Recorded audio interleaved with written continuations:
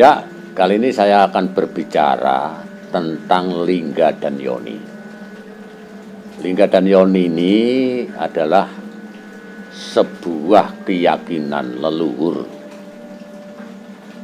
yang selalu untuk masyarakat masih belum banyak yang tahu. Apa sih lingga yoni? Nah, ini harus kita bedah, kita kuah agar semua orang-orang yang belum tahu tentang apa sebenarnya lingga dan yoni itu, ini adalah sebuah daripada konsep leluhur kita pada zaman dahulu kala. Karena apa? Konsep lingga yoni di dalam kitab Tantu Panggelaran, baik kitab-kitab lama, itu adalah merupakan suatu bentuk pemujaan kepada leluhur. Kenapa lingga yoni disebut pemujaan kepada para leluhur? Nah, ini bisa kita jabarkan di sini. Karena simbol daripada yoni, ya, simbol daripada yoni itu yang bisa dilihat di gambar-gambar itu adalah persagi 4 dengan kemudian itu ada alat kelamin perempuan yang kemudian menyemburkan dari sana itu kan menyemburkan sebuah mata air kan ke bulan dewes. Nah, itu namanya yoni. Dan di sini adalah lubang rahim.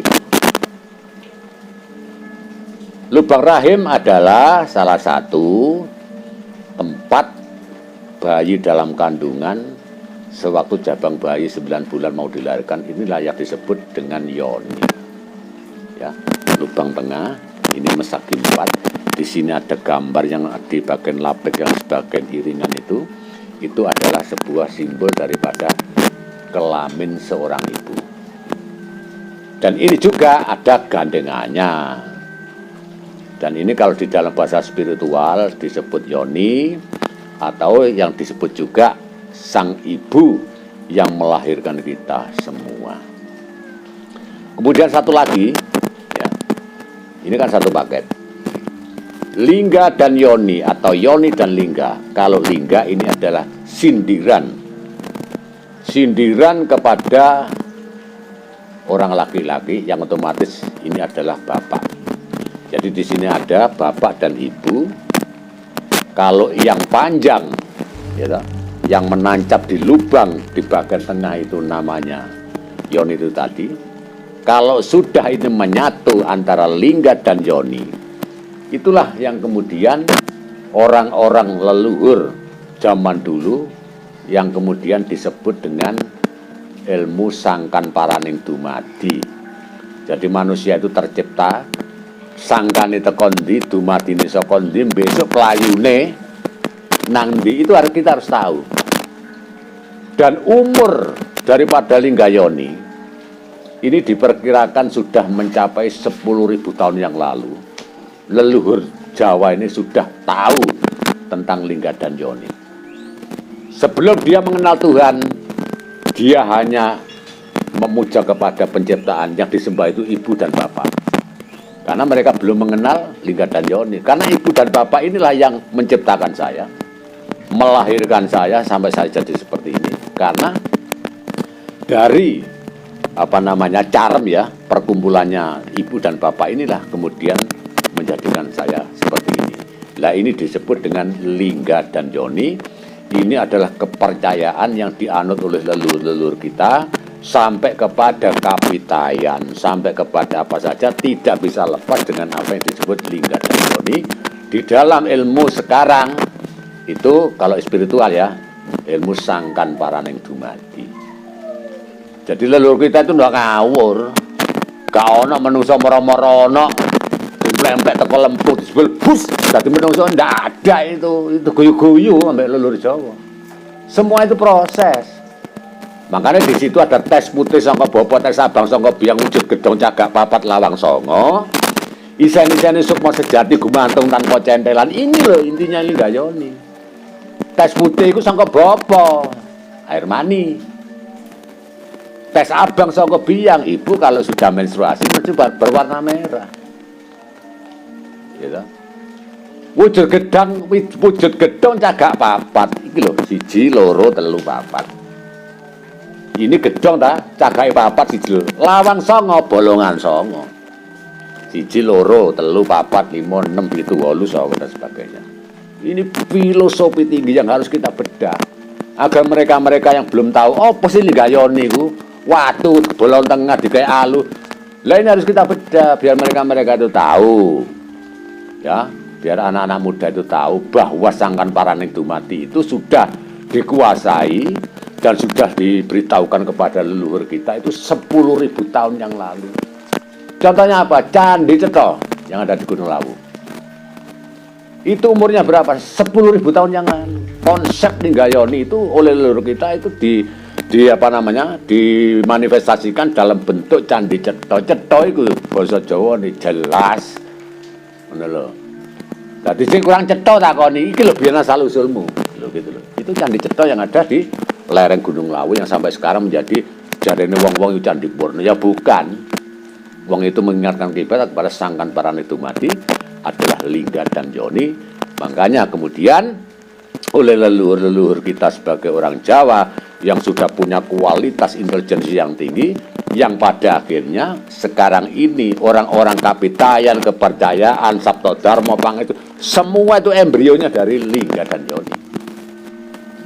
Nah ini yang harus kita cermati sebagai seorang yang memang benar-benar kita itu kalau menguas sejarah ya sing bener. Gak usah ditutup-tutupi, gak usah kakek prolampito, gak usah kakek sanepan. Orang nanti amal salah tafsir. Jadi jelas. Jadi apa yang sudah disampaikan oleh para leluhur, kita kuas secara jelas. Oh tibane ngene. Tes abang sangka biyang, tes putih sangka bapa, wujud gedung cagak papat itu ternyata ya seperti ini. Simbole yoni iku mesti bolong tengah. Simbole bapak yang disebut lingga mesti kenceng kaya alu. Lah inilah kemudian dipakai oleh orang-orang Bali, dimanifestasikan dalam bentuk Padmasana. Lah Padmasana itu adalah ajaran linggayoni yang dulunya dibawa dari leluhur-leluhur yang ada di Kediri ini, leluhur-leluhur yang ada di daerah mana itu Medang dan sebagainya, dibawa ke Pulau Bali oleh seorang pedanda yang namanya Empu Prapanca. Empu Prapanca di sana itu terkenal dengan ide pedanda Baurauh atau Sang Hyang Nirarta atau Dahyang Dwijendra. Itu adalah konsep asli dari Jawa yang dibawa ke Pulau Bali, kemudian di sana dibentuklah sebuah ornamen. Ojo inilah si bener dibentuk ornamen. Lah itulah kemudian dibentuk yang namanya Padmasana sebagai lambang pemujaan kepada leluhur, sebagai lambang intisari daripada lingga dan yoni tadi. Nah kemudian dengan kemajuan zaman diberilah ornamen, diberilah ini dan sebagainya, tapi tetap lingga yoni. Dan kemudian pada zaman kemerdekaan kita harus lihat sejarah jas merah apa yang dikatakan Bung Karno. Jangan sekali-kali melupakan sejarah. Apa yang dibangun pertama kali oleh Bung Karno waktu zaman kemerdekaan di Jakarta sebagai pusat ibu kota? Lingga dan yoni. Apa sih lingga? Monas itu loh lingga dan yoni. Itu yang dibangun pertama kali oleh Bung Karno sebagai presiden kita itu. Yang dibangun dulu lingga yoni baru Istiqlal. Nah, inilah. Makanya kalau orang yang tidak tahu jangan sok tahu dan sebagainya. Kalau kita menggali itu harus pakai logika, pakai ilmiah, pakai nalar. Ojo cari tembung cari ini cari kan onteke. Orang Jawa nek gak nyoto yu gak gelem. Makanya ajarannya disebut kasunyatan. Ya, jadi ini adalah konsep beberapa lingga. Semua bentuk lingga dan yoni dimanapun candi pasti sama bentuknya. Kadang-kadang itu ditopang oleh bunga teratai.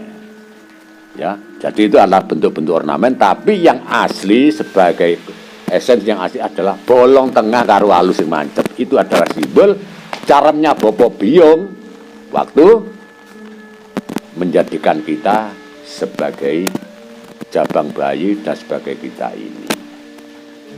Inilah kalau kita sudah banyak menerima informasi dan sebagainya, makanya untuk rekan-rekan yang masih muda, generasi milenial, mahasiswa jurusan sejarah, ya ini pakai tesis itu. Linggayoni itu belum ada orang yang pakai deskripsi yang Linggayoni. Nah, dengan lewat media-media yang saya utarakan ini tadi, mudah-mudahan saja ini bisa menjadikan suatu edukasi kepada mahasiswa untuk menjadikan skripsi dan sebagainya, agar supaya generasi berikutnya bisa tahu tentang filsafat Lingga dan Yoni. Terima kasih. Rahayu.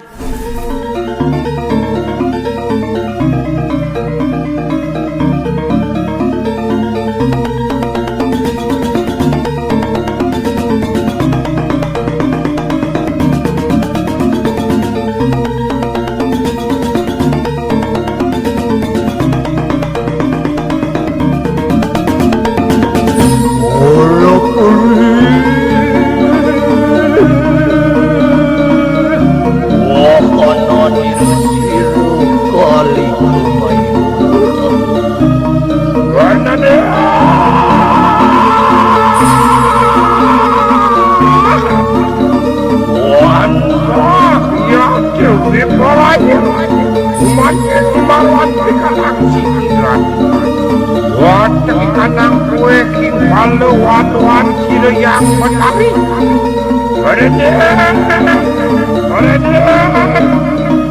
Lampah sirup kali.